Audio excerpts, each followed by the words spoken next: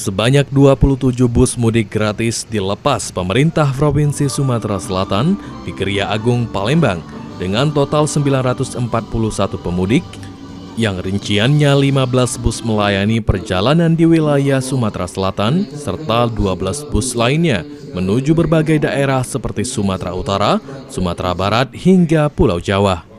Sekretaris Daerah Sumatera Selatan Edward Chandra mengatakan, mudik gratis ini sebagai bentuk kepedulian pemerintah kepada masyarakat, khususnya menjelang hari besar keagamaan.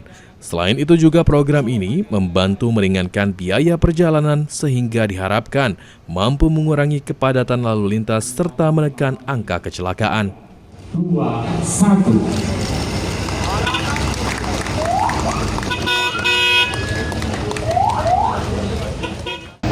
Untuk jalur kereta api, kemudian jalur darat, terus bagaimana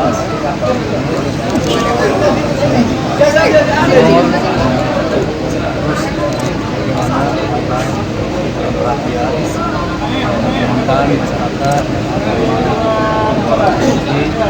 berkaitan dengan mengenai kasus ini, masyarakat membantu bisa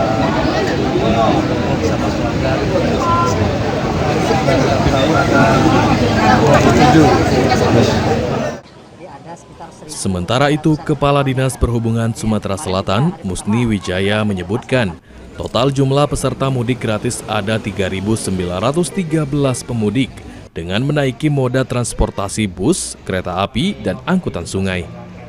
Dalam pelaksanaan mudik gratis ini, pemerintah juga menyediakan fasilitas tambahan berupa asuransi perjalanan serta layanan pemeriksaan kesehatan gratis bagi pemudik dan pengemudi guna memastikan perjalanan berlangsung aman dan nyaman.